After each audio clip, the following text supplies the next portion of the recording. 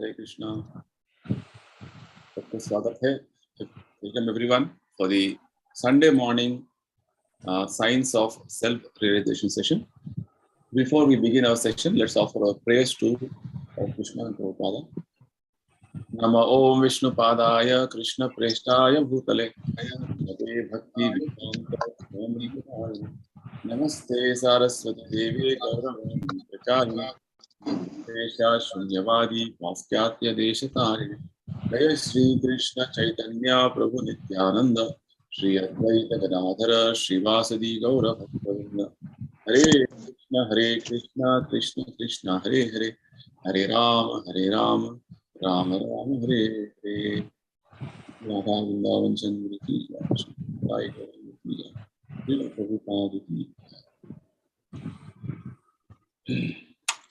Today's Sunday morning session of Science of Self-Realization will be a continuation of the series with regard to one very interesting topic,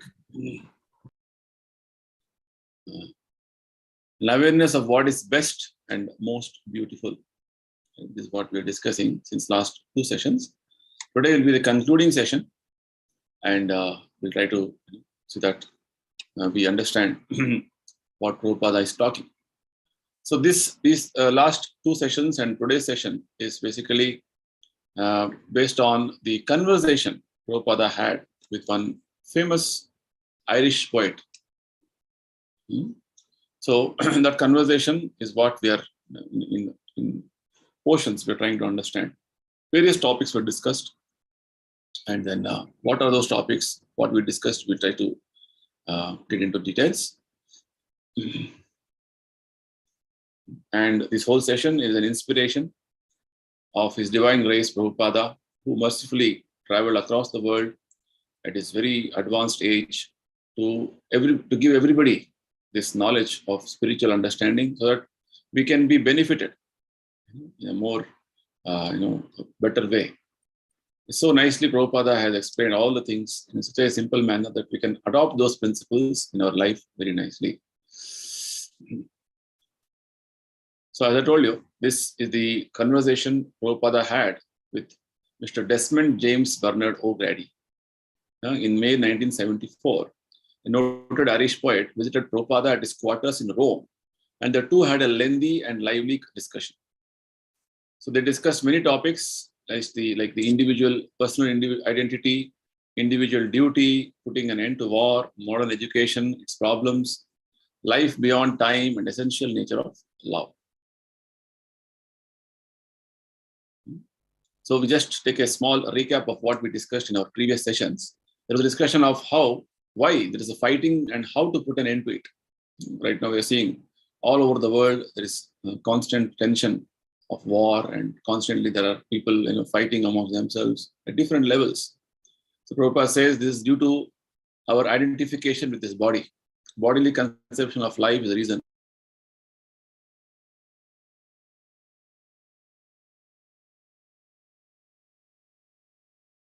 And coming to Gita's perspective, we are all actually spirit souls. At that level, we are all spiritually one. But our different bodies we have right now, the variegatedness you see around us, is because of our different desires. So the material nature has awarded us different types of dresses for all of us to get different type of existences. There are 84 type of dresses. So Prabhupada said that we should see the spiritual perspective of everyone and see that all of us are spirit souls. And also the question of whether the absolute truth is external or internal, and definition of absolute was explained. Prabhupada explained absolute truth means who is not depending on any other relative truth here. He's independent and he's standing alone, whereas everything else in the material world is related. And Prabhupada also explained how Lord has created a wonderful material world with many varieties of entities, and all of them have a purpose. Not that it is all without any purpose, just randomly it is created. No. The purpose is that our creation, our creation, our human being creation is to make us understand that this material world is a place of misery and we have to go back to the spiritual world. And there was a brief description about how the poet asked, what is the difference between Krishna consciousness and Christ consciousness? Prabhupada said there's no difference, because all of them are aiming towards the goal of reviving our original God consciousness. Further, the problem of modern education was discussed. How in the modern world things are so situated that the students are disillusioned in a disillusioned state of mind. They're feeling insecure, they're feeling uncertain, and the students are lacking credibility with regard to the system itself. That point was discussed.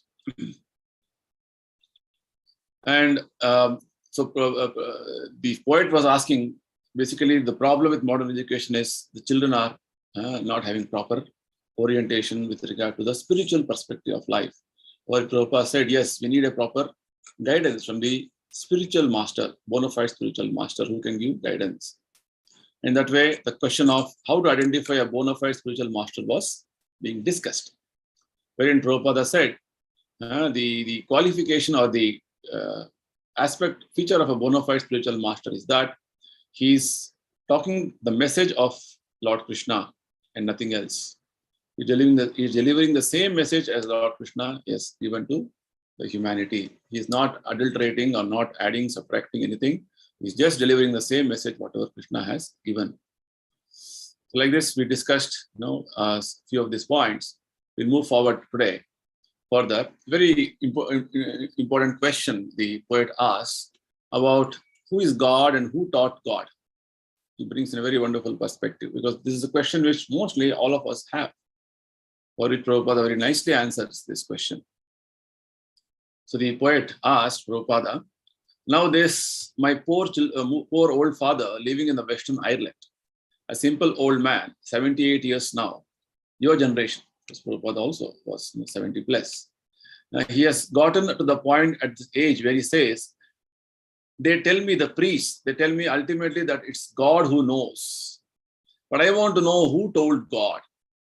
Then he comes to me and says, you went to school and you read books. Tell me who told God. But I have no answer. That is the difference between 78 and 39 years, which means the poet is pointing out the aspect how you may be educated very well and your age is going on. So he's giving the example of his own father, how he's 78 years old and even now he doesn't have this answer for this question. Who is God and who taught God? It's like we also always understand that, see, we are all going to school. We are being taught by the teacher. Teacher also was a student earlier. So she was being taught by some other, her teacher. Like that, we think there should be somebody. So we all fit Krishna within our frame of mind. Lord Krishna to be within our understanding.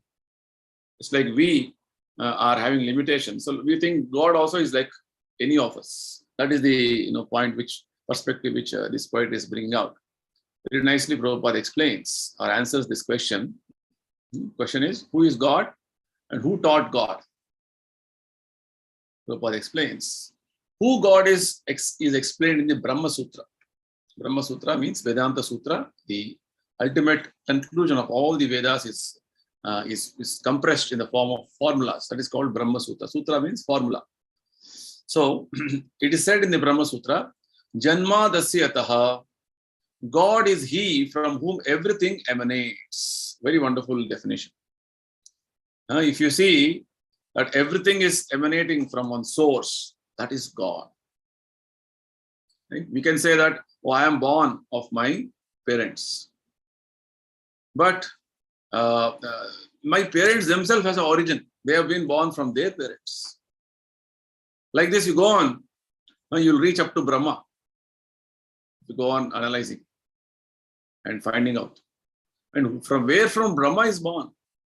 Brahma is born from the navel of Lord Vishnu on the lotus flower. Like this, we get a proper answer from the Vedic scriptures, where it is said, that source from where everything is originating is Supreme Lord, is called God.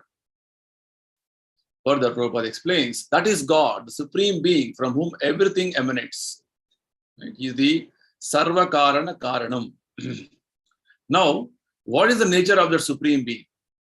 Is he a dead stone or a living entity? Is the next question. For which the scriptures say, further, the Bhagavata explains, Janmadyasya yatonvaya ditaratas charteshva abhignaswarat. That supreme source, that God, is not a dead matter. He is a fully cognizant personality. He knows everything directly and indirectly. That is God. So, God is not some principle or some impersonal aspect. No. God is a person like you and me.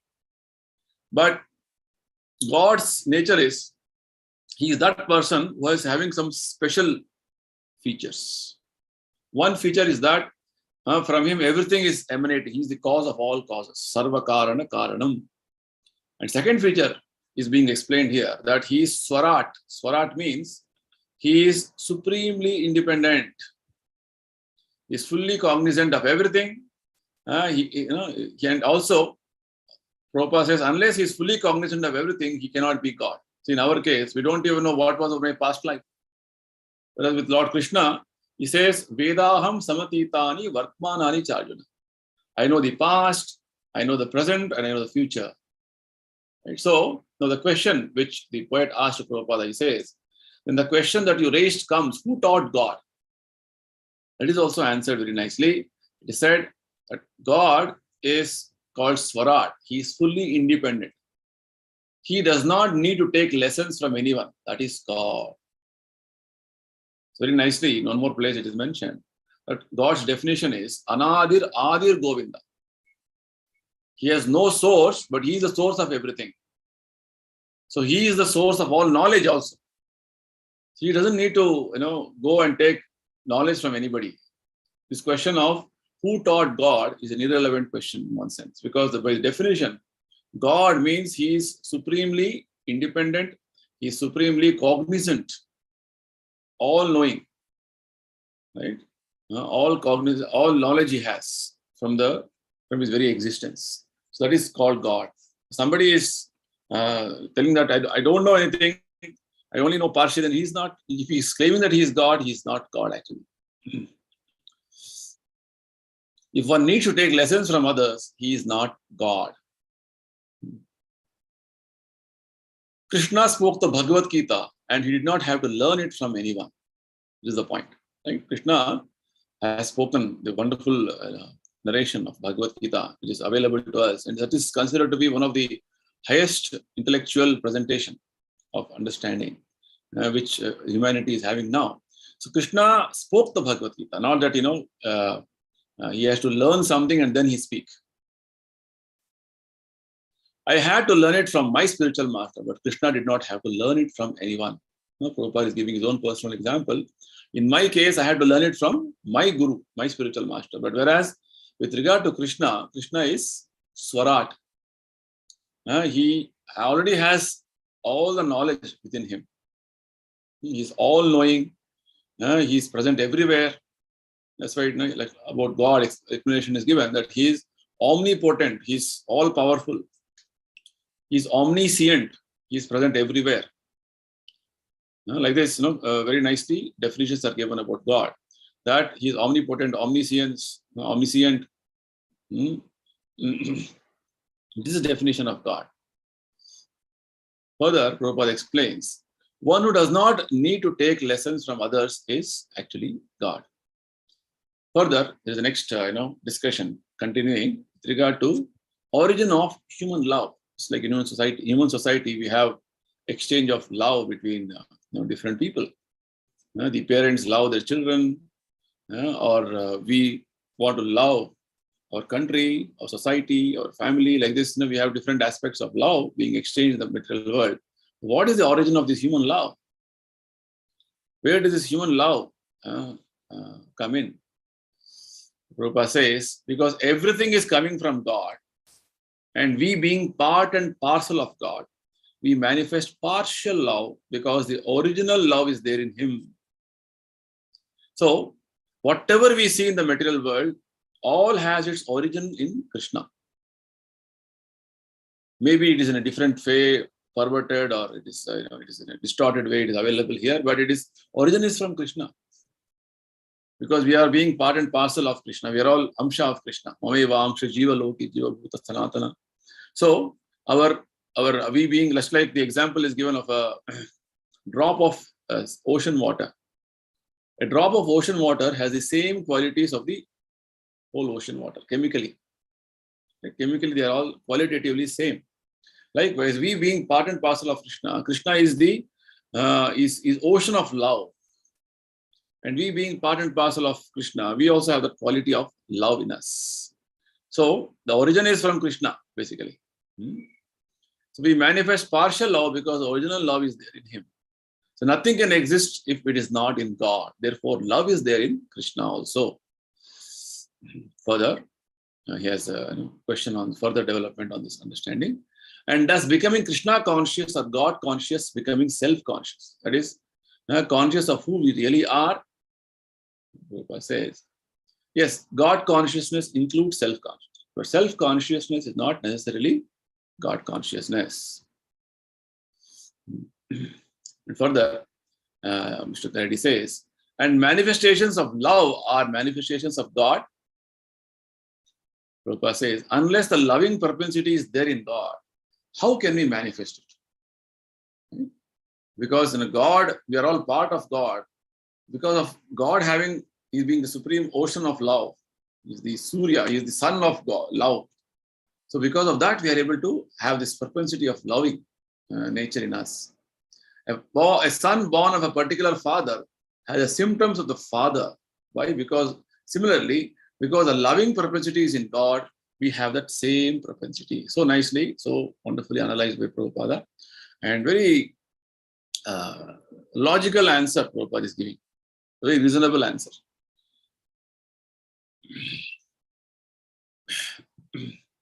So further, this poet is taking it forward, the discussion is going forward. Maybe love is generated in you by the need. So Prabhupada says, no, there is no question of maybe. We are defining God in absolute terms. Right? Now that, whenever you want, you can generate love. No, it is already there in you. Just that it is manifested in different ways right now in the material world. Prabhupada further says, Janmadyasyataha. God is He from whom everything has emanated. That is definition of God, and our loving propensity also is from God only. Because God is so loving to us that He's sitting as Paramatma, super soul in all our hearts. The fighting propensity is also there in God, but His fighting and His loving are absolute. It's a very wonderful statement. Basically, with regard to God, whatever, the definition of God is that He's all good. Whether it is He's fighting or He's loving, all are on the absolute platform. Absolute means there is no duality, there is no the biased way of seeing and thinking. Prabhupada says, in the material world, we experience that fighting is just the opposite of loving. But in God, the fighting propensity and the loving propensity are one and the same. Right? That is the meaning of absolute. So Prabhupada is again giving the definition of absolute. It's like when it is said that the demons were killed by Krishna. In our case, we see somebody has murdered somebody. It's a very heinous act. It's a criminal act. Whereas with regard to Krishna, Krishna is killing somebody. He's not killing, actually he's delivering them. The demons get liberated when Krishna kills them. Because when somebody is killed, basically the person who killed will have the reaction of killing the other person. In the Vedic scriptures it is mentioned, when you want to kill an animal for your eating, you're supposed to utter a mantra in the ears of the animal, telling that, see, I'm not able to control my tongue, I'm killing you. And next life, you become human and I take your position and you kill me. That's why the word mamsaha means, I also become like you next life and you become like me next life. The word mamsa means meat. So this is the regulation for us because we are under the laws of nature. Whereas in Lord Krishna's case, Krishna is all powerful, all perfect, is absolute. So for him, when he kills the body of a living entity, basically that living entity, with the touch of Krishna only, he gets liberation. The various pastimes of Krishna in Vrindavan, which are all very wonderful. All the demons who were killed by Krishna were liberated. In fact, it is said in the scriptures that in the battlefield of Kurukshetra, whoever was standing, whoever came to participate in the battlefield of Kurukshetra, whoever had a vision of Krishna, everybody got liberation. Yes, see, this is the power of the Supreme Lord Krishna, because he's all good. They all come to fight there and die there. But just because of Krishna's presence there, all of the participants in the battlefield of Kurukshetra got liberation.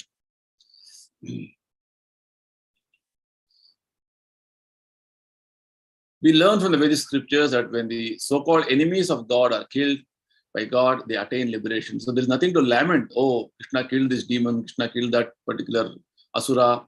No, actually all these asuras are getting liberated. And all these aspects of Krishna's fighting or Krishna's loving propensity is all is Leela, is pastimes. So in that way, further Prabhupada explains that how to understand God like this. So many aspects of God is there. Sometimes it is very confusing. How do we understand God? So the question of the poet is that, is it possible to arrive at this understanding of God alone, or God alone basically meaning, so can we with our own endeavor try to understand God? Is what is the question. For which Prabhupada explains very nicely. No, therefore we have cited this verse. On our own, we cannot understand God. We cannot speculate about God. The reason, the process is tad vijnanartham sagurum eva abhigachet. The word abhigachet means must. It is not possible alone. Very nicely Prabhupada explains. Which means you must take the help of a guru. Further Prabhupada explains, in Sanskrit grammar, this is called the vidhileen form of a verb. And this form is used when there is no choice. Right? So the word abhigachet means that one must approach a guru. So trying to understand God by our own methods, by our own speculation is not the method. The method is to approach a guru. Tad vidhi abhigachet. Tad vijnanartham sa guru eva abhigachet. Abhigachet means you must approach. There is no other way.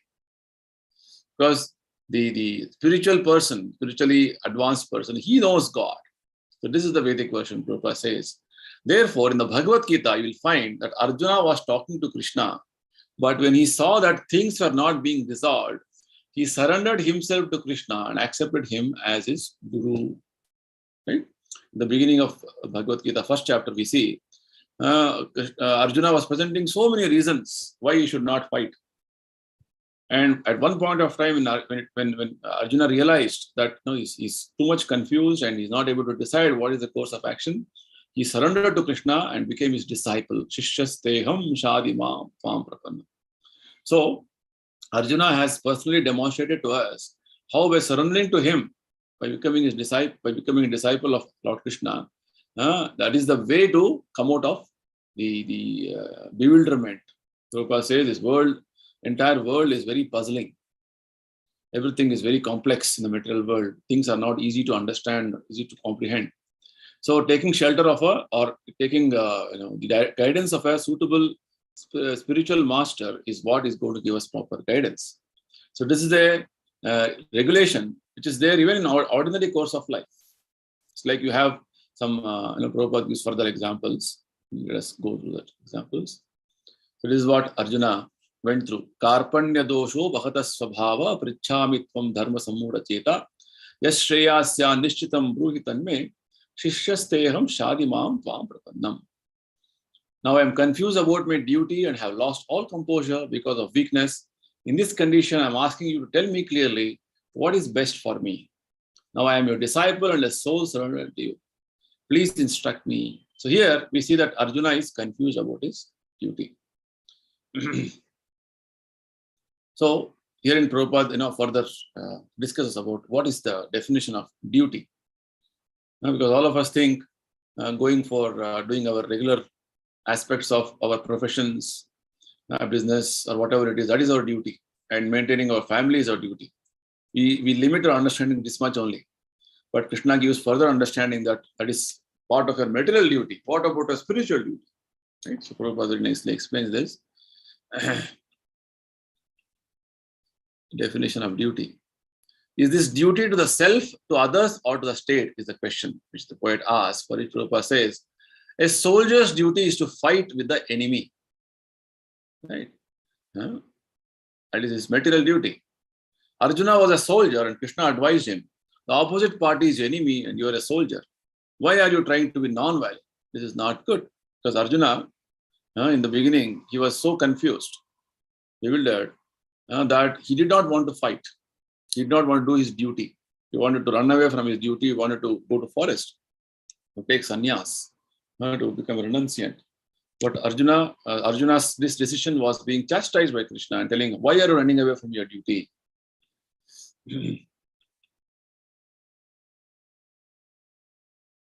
Then Arjuna said, actually, I am confused. In this confusion, I cannot make the right decision.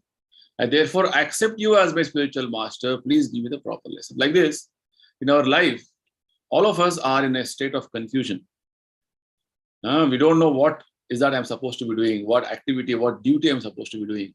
So this is our situation right now. So, in such a situation, we are supposed to take shelter of a proper guide. Right? Just like Prabhupada gives example, if you are having a health problem, you go to a physician. If you're having a legal problem, what do? You go to an advocate, a lawyer, to seek advice. Likewise, with regard to your own life, of your spiritual duties, and you don't know what is that I'm supposed to be doing, what is the purpose of life, you have to take shelter of a spiritual master. In chaotic condition, in a confused state of life, one should approach another who is in full knowledge of the matter. You go to a lawyer to solve legal problems, you go to a physician to solve medical problems. Everyone in the material world is confused about spiritual identity. It is therefore our duty to approach a bona fide spiritual master who can give us real knowledge. So this is the main problem with all of us. We have the big problem known as identity crisis. We don't know who you are, who we are. We think I am this body, or we identify with this body, with a particular place or particular family, society, country, and go on with our life. What was your identity one life before? We don't know. What is going to happen to you next life? You don't know. In this life, we are just absorbed in one particular set of situations and circumstances. This is called bodily concept of life. And this type of life is going to further continue our material existence. This is the problem, which means we don't know that who we are. Now, actually, we are spirit souls. This is the lesson which Krishna gives in the very beginning of Bhagavad Gita. As spirit souls, we are part and parcel of Krishna, and our duty is to serve Krishna. But we are right now, our propensity to do service, propensity to love is being distributed in so many ways. And we are continuously being frustrated, we are puzzled, we are bewildered, and not knowing what is the purpose of life. This is our situation right now. So for this purpose, all of us are supposed to approach a bona fide spiritual master who can give us real knowledge. So very nicely Prabhupada further explains how the spiritual master solves all the confusion. All the confusion, basically, even from any aspect, spiritual master is going to solve all. So the poet admits that I am very confused. Prabhupada says, yes, so you must approach a spiritual master. Prabhupada explains further, and he makes a decision on how to help me to stop this confusion. The poet is asking. Prabhupada says, yes, the spiritual master is one who can solve all your confusions. So, confidently, Prabhupada is talking from the spiritual perspective, how the spiritual master is that person who can solve all your confusions. If the spiritual master cannot save his disciple from confusion, he is not a spiritual master. That is the test.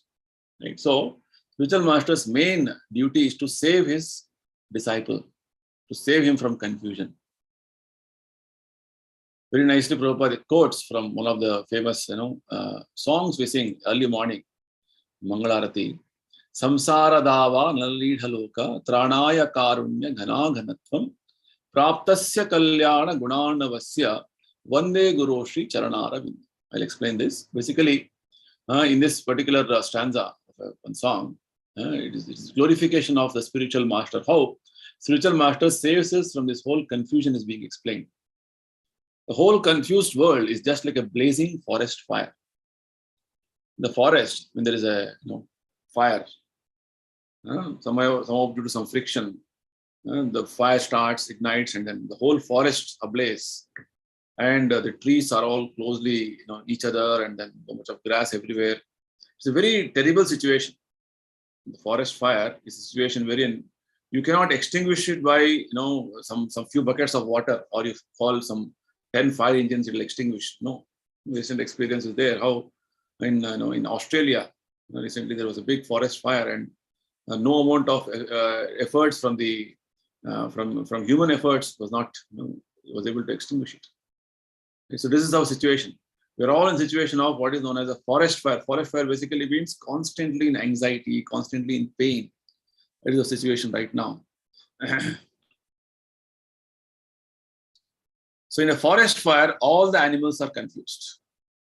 Right? Forest fire means too much of painful situation. All are feeling the extreme heat and the temperature, all these things. So they do not know where to go to save their lives. Right? In the blazing fire of the material world, everyone is confused. This is what the material world we are right now living is called.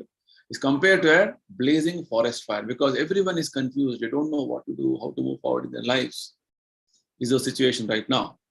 So how can that blazing forest fire be extinguished? Is the question. It is not possible to utilize your man-made fire brigade, nor is it possible to simply pour buckets of water. The solution comes when rain from the clouds fall on the forest fire. Right? This is the solution. There is the clouds pour incessant rain, then only the forest fire is extinguished. Only then the fire can be extinguished. So that ability is not in your hands, but it is in the mercy of God. So the rain doesn't happen just by our willing or wishing, or by our some efforts. Rain only happens by Krishna's will. It is under supreme control of Krishna. So the rain department is handled by one devata called Indra. Indra Dev will only shower rains under the direction of Krishna, the orders of Krishna. That's what Bhagavad Gita explains to us. So rain is under the control of Krishna, not in our hands. So human society is in a confused state and it cannot find a solution. All of us have going through so many confusions every time. People are confused about their relationships. People are confused about some problems of property. People are confused about their health. Many times we see for a health problem, you have consulted so many doctors, even then nobody is able to give you any solution. All are giving different type of recommendation and treatment. You are confused.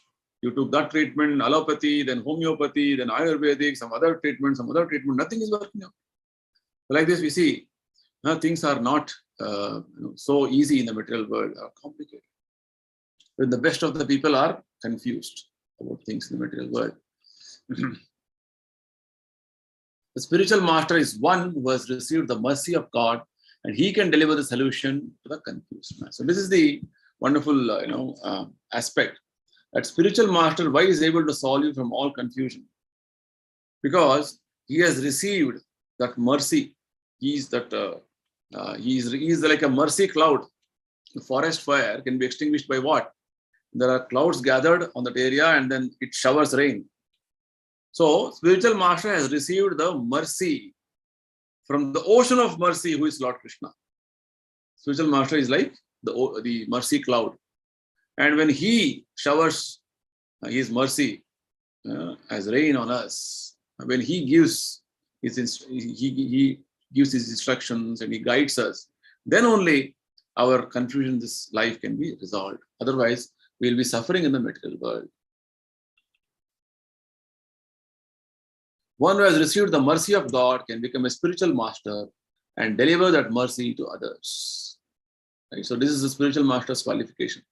How spiritual master can solve all your confusions, because he is receiving the mercy from the ocean of mercy, that is Krishna.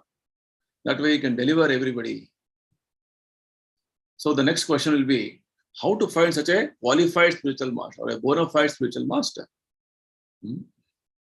The problem is to find this spiritual master who is having this mercy of Krishna. So nicely, these things are being analyzed here. Prabhupada says, that is not a problem. The problem is whether you are sincere.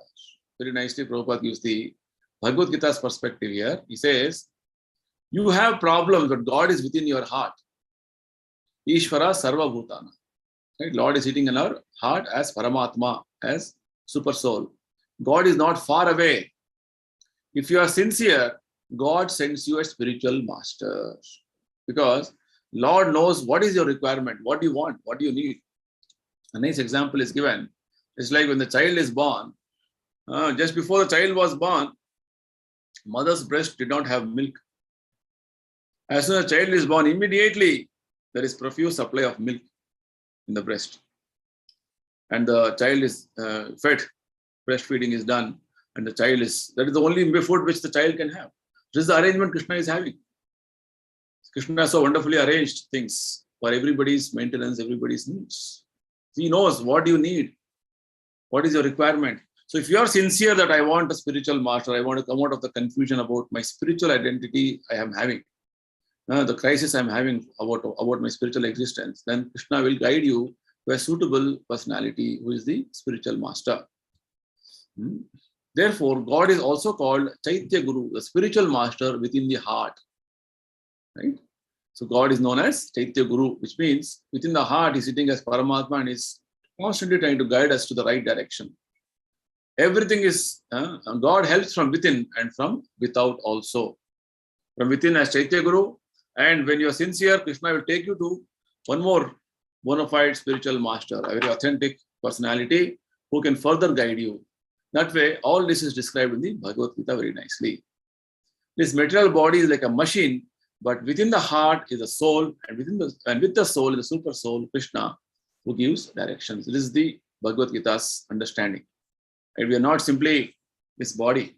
This body is like a machine, just like drive a car. You are not the car. You are the person who is driving this car. Likewise, the soul within the body is the actual existence of ours. We are spirit souls. And with the spirit soul, along with spirit soul, there is Paramatma. This is understanding Krishna says. Ishvara Sarva Bhutana Hriddeshe Arjuna Tishtati. Krishna says, I am sitting as Paramatma in all living entities. All living entities. So if you mistake that I am this body and go on with this understanding, then that is our foolishness. We have to understand that we are spirit soul, and along with spirit soul, Paramatma is there, and Paramatma's duty is to give us understanding, knowledge, and constantly guide us, inspire us to take up next steps in our life. The Lord says, you wanted to do this. Now here is the chance. Go and do it. We have so many desires, aspirations, ambitions from so many lifetimes. All that is stocked up in our subtle body. Right? So all that is being constantly being reminded by Krishna at appropriate time based on our different situations. If you are sincere, you say, now God, I want you.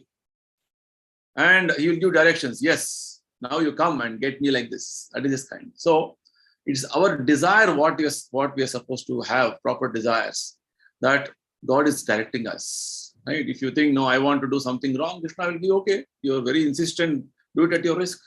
But if you want Krishna, Krishna is ready to come forward and help us in all the ways. So however, if you want something else, that is all right. You can have it. God is very kind. That is God's compassionate nature. When I want something, he is in my heart directing me and telling me how to have it. You see, this is the principle how Krishna is functioning with all of us. When you want something, based on your deserving ability, Krishna will give directions and tell me how I can have it. Just like we see people of different types of mentalities, different types of professional pursuits they are having. why is that everybody is not doing same thing? No, everybody has their own different desires, and Krishna is giving them all facilities. Everybody is given all the opportunities to fulfill their requirements. Why should he not give directions on how to have a spiritual master? The question was how to find a qualified spiritual master. So Prabhupada says, if you are sincere enough that I want to come out of confusion, then Krishna will give directions how to have a spiritual master, a proper spiritual master. First of all, we must again be eager to revive our God consciousness. Then God will give us a spiritual master. This is the point. So if you are sincere to get a proper guide, I want to know this truth, I want to know the reality of life, then Krishna will guide you to a proper person. So it's sincerity of purpose of individual people which matters. Right? This is what happens with our life. Sometimes we think, oh, I'm looking for this. Suddenly things come up, situations come up. Because God is directing you and taking you to the right situation, right person. That's the point. So Prabhupada concludes the talk with this poet, Irish poet, by telling, is advising the poet by telling, please perfect your occupation by glorifying Krishna. Prabhupada says, my request to you is this: you are a poet, you just describe God. Why Prabhupada says this is that because you are expert in describing, and therefore I ask you to kindly describe God in your occupation. So God has given ability. Krishna has given ability to the poet to describe things in a very poetic manner, in a manner which is very, very, very relishable by people. That's why he's become famous as a poet. And that is Krishna's blessings. So Prabhupada is telling, why do you describe about Krishna in your poetry? Why Prabhupada says this? Further he explains. This makes your life successful. And if one hears you, his life will also be successful. Because poets or politicians or scientists, they're all considered to be leaders of society. Whatever they speak, the common men will like to follow. So if the poet writes about Krishna and common men read about Krishna, then that person's life also will be successful. And the people who read also will have their life successful. This is the injunction. Prabhupada quote from Bhagavatam. Idam hi pumsas tabasap sutasya va svishtasya suktasya cha buddhi dattayo avichito artha kavibhir nirupito yaduttama shloka gunanu varnanam. There are many leaders in society who are poets, scientists, religionists, philosophers, politicians, and so on. Those who are so expert are given this injunction. Your duty is to perfect your occupation by describing the glories of Supreme Being. If you are a scientist, you research and come to conclusion that Krishna is the cause of all causes. If you're a musician, you glorify. Now, if you're a poet, you write poetry about Krishna. If you're a good chef, you cook for Krishna. Like this, Prabhupada says, the perfection of your occupation can happen only when you direct your activities towards serving Krishna. Otherwise, those activities may give you some name, fame, power, position for time being, but all that is temporary. It will not have any spiritual perfection in your life. Material perfection is only going to last with this body. It's going to end with this body. What is important is the spiritual goal, spiritual perspective. Say if you're a doctor, you can treat patients and also try to give them instruction about Krishna consciousness of whatever you have learned, because your words carry a lot of weight with the patients. Patients almost think that you are like God. So whatever profession you're doing, use that position and profession to disseminate Krishna consciousness, preach Krishna consciousness, and you become Krishna conscious, try to give this Krishna consciousness to others. That's what Prabhupada is trying to tell to this poet. Whatever duty, occupation you're having, profession you're having, that is actually Krishna given, and you use it for Krishna's purpose, Krishna's service.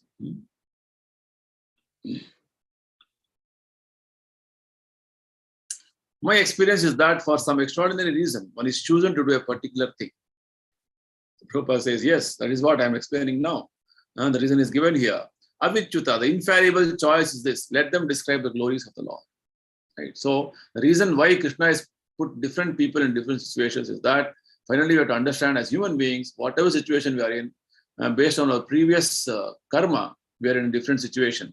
But those situations are meant for us to utilize it for Krishna's glorification, Krishna's service. That's the point. Not that I use it for something which is not having any devotion to Krishna. It will only further bind us.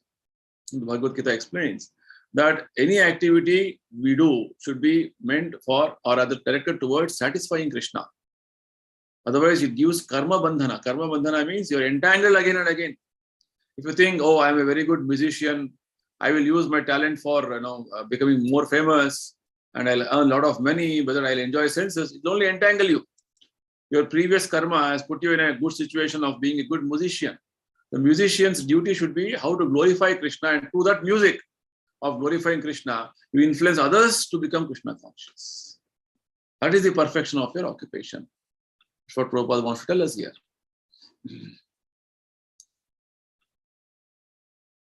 So further, this poet is telling, but you were saying that the spiritual master is chosen. The spiritual master, the poet, the priest is chosen by God. This person is chosen to write poems or paint pictures or make music. The Prabhupada explains. When one works for God in his line, then his line becomes his perfection. So Prabhupada actually explains, actually what you call as chosen means, when you compose music about God. That is your perfection. Similarly, you're a poet means you compose for Krishna. Who has given you the ability of being a poet? Krishna has given you the intelligence. Use it for Krishna's service. It's like somebody is given you some ability or other some opportunities, some facilities to work for him. So what you don't do the work for him, but you rather work for yourself or some other personal purpose. That is misuse. Krishna has given you this body. Krishna has given you the intelligence. Krishna has given you these facilities in the material world. Use it for his service. Right? Prabhupada says this body is like a rented car. Right? Rented car. Who is the owner? Krishna is the owner. It should be used for Krishna's service.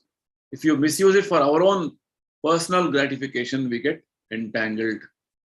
Entangling means karma bandhana, which means you continue term of imprisonment again. You get one more body, again you live a life, again go on like this. Again, coming to human form of life, not easy. You have to go through many, many cycles of evolution. 84 lakh species of life you have to go through. That is the risk we are going. So, Prabhupada is advising that you have got a very good position of a poet, utilize it for serving Krishna. When one works for God in this line, then his line of perfection becomes perfect. Line of action becomes perfect is the question of the poet. So Prabhupada says, yes, it becomes perfect. With this, Prabhupada concludes the conversation. So this is the conclusion of our series of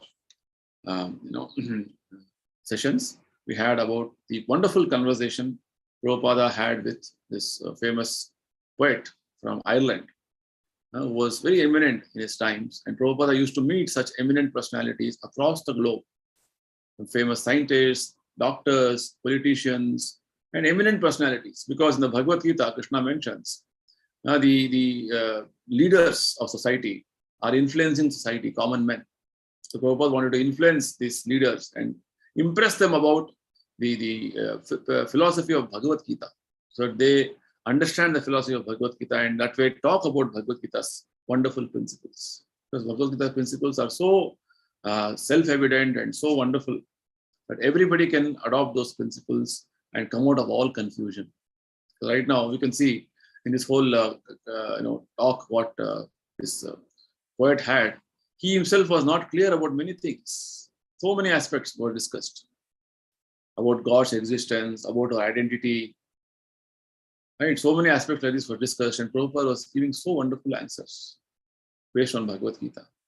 So this is what is required. So Prabhupada wanted to impress upon such prominent people so that they take up the understanding of Gita and they become the one more means of propagating this knowledge of Gita. Because Lord Krishna says in Bhagavad Gita, Yadyad acharati shreshta tattad evetaro jana sayat pramanam kurute lokastad anuvartate. Whatever great men do, whatever leaders do, common men follow. So Prabhupada wanted to impress upon these leaders of society about this knowledge of Gita. I will conclude today's session. If anybody is having anything to ask or discuss, I can take a few questions or any discussion points. Anything online, host?